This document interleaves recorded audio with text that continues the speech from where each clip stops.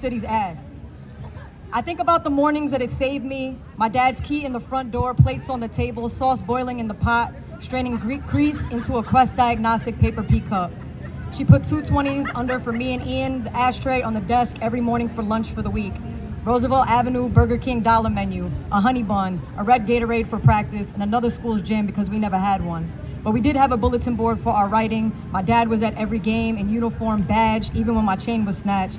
Ian dropped me at the entrance to school, a Metro card, in matching Jansport book bags. I had 11 strings hanging from the zipper. He gave me a Mean People Suck patch. I scratched out mean with a Sharpie and drew palm trees up my arms in math class. Mom taught me how to sew the patch on.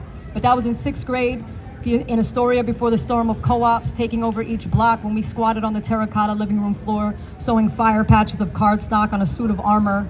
The end of October as Joan of Arc burning at the stake. Parent-teacher conference, they stood reading my essay stapled to the bulletin board of what we wanted to be when we grew up. Usual suspects of doctors, basketball players, lawyers. Of course, I scribbled martyr and listed the causes that I would die for. And they were all on the list, but not listed. I never even knew you'd be on the list too, like when you folded the hair behind my ear and told me to live in this moment. Pops always told me to call and say thank you, and Mom to bring cake or flowers to the school, to my friends' homes after school, or she wouldn't let me go.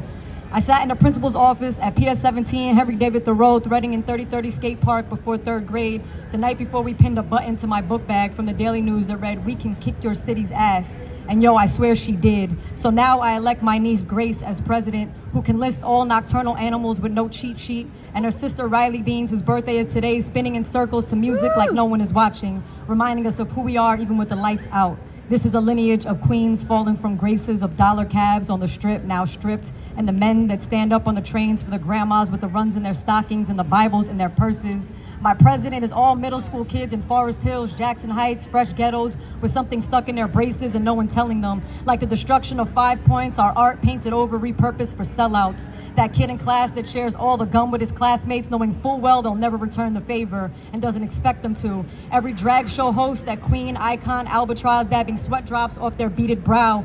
My presidents are framed in circle, circle, dot, dots, and manhunt 1, 2, 3, 1, 2, 3s. My presidents will always be queens, so I swear them in, hand over chest, I sing their names. I pledge your allegiance to black flags and glitter and drizzle in the summer with salmon shorts, crepuscular rays showing us a path to flash fiction heaven, holding hands, the republic for which it stands, 10 toes down or bended knee. They grew gentrification on top of our bodies, but you can't erase the memories, so get ready because there's a rumble of seeds splitting open beneath. This one's for Queens.